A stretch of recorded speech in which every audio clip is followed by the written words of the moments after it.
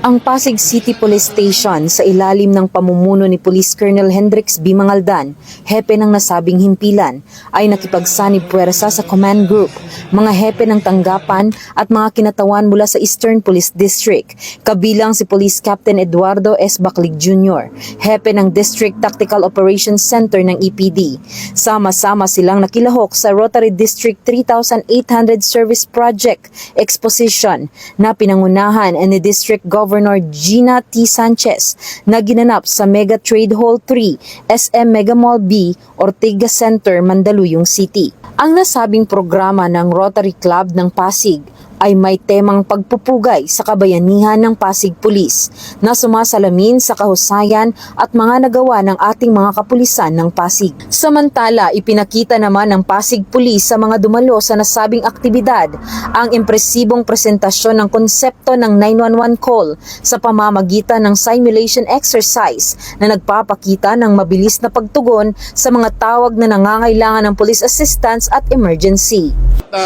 Yung buong Pasig City Police Station, nagpapasalamat sa Rotary Club of Pasig. Malaking bagay ito yung mga donations ng mga ICT equipments for us to deliver yung more sweeper and more responsive police response. So ito yung mga kailangan namin for the delivery of public safety security services sa buong Pasig at saka sa buong PNP. They are most welcome. Welcome po namin lahat ng mga support, mga assistance coming from our stakeholders.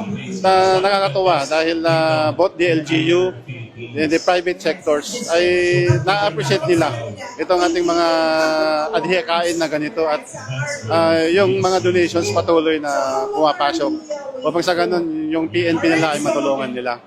Huwag nyo na pong hanapin ang mga pulis sa mga presinto.